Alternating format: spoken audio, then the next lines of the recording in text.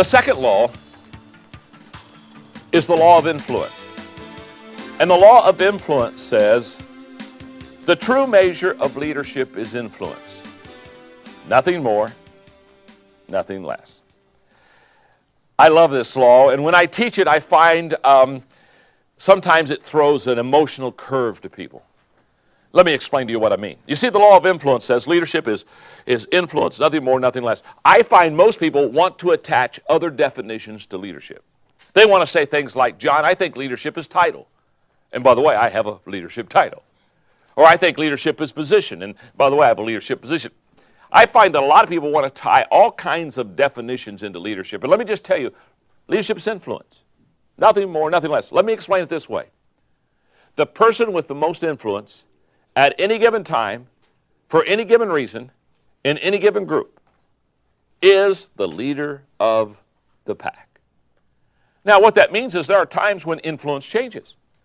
There's times when one person will have more influence than another, but when you get onto another issue or another subject, that another person that leadership may shift a little bit because we are not all strong in all areas. And so therefore, when I'm talking about leadership as influence, what it shows is there's a fluidness of leadership, and that leadership doesn't always stay with one person. In fact, let me give you a perfect example of this. As we study together the 21 irrefutable laws of leadership, one of the first things you're going to realize is this. You do not do well in all 21 laws. Okay? And for those that are in the studio today, I just want you to know, you won't do well on all 21 laws. Now, here's what's going to happen. As you evaluate yourself on each law, here's what's going to happen. You're going to have a tendency to think that when you do well on a law, you're going to say to yourself, now that is a true law of leadership. Oh, John's right on there. Oh, that is so good. He's just, that is true. And on the laws that you don't do so well, you're going to say, that may not be a law of leadership.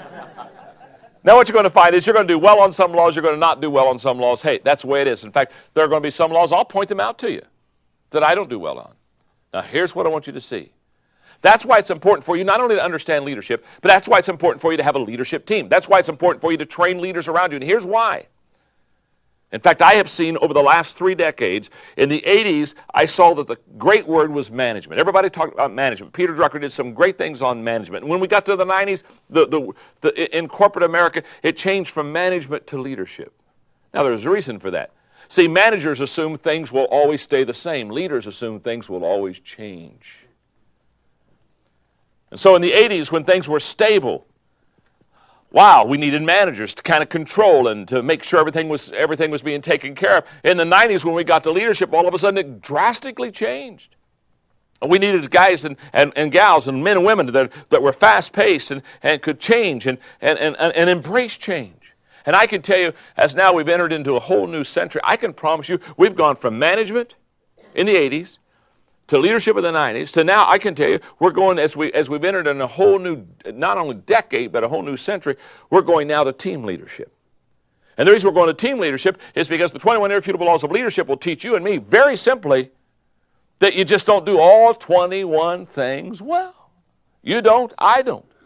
Now, the moment we understand that, I've got to have a leadership team.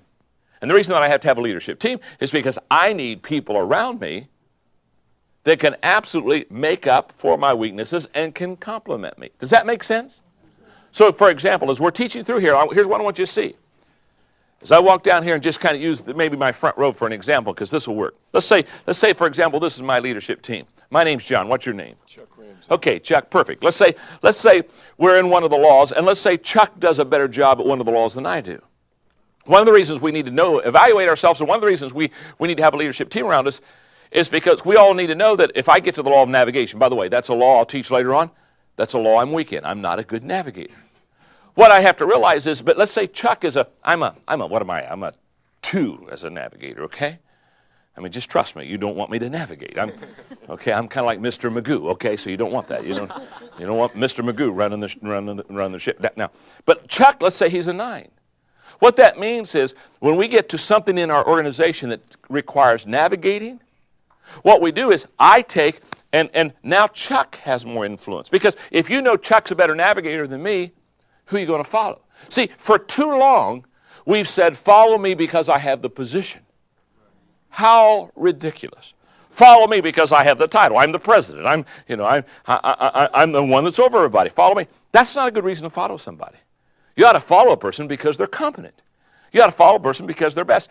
And the secure leaders, and I'll talk about the law of empowerment. That's another law. But the secure leaders look around and say, look, gang, let me tell you something. Chuck's a better navigator than me. So when it comes to navigating the day-to-day process, and we've got to navigate maybe for a 3-6 month period and some issue in the organization, Chuck's going to have the ball, and I'm going to follow Chuck. Because all great leaders are not only leaders, they're great followers. Because they appreciate the value that true leadership brings. Does that make sense? So leadership is influence. I may have influence in some areas. Chuck will have influence in other areas. What's your name? Bridget. Bridget will have influence. In other words, the person that is the best leader should have the most influence in that given area. Make sense? So look around you and ask yourself, who is influential and in what areas are they influential? That's why, several years ago, I designed a way for people to understand influence as it pertains to leadership that would make sense to them. And in your notes, if you'll take just a moment for me, I want to draw your attention to the 5 levels of leadership. And when I use the word leadership, I could use the word influence. I use them interchangeably. And what I want to do is I want to walk you through this because this is essential for you to understand where you are as far as what level of influence.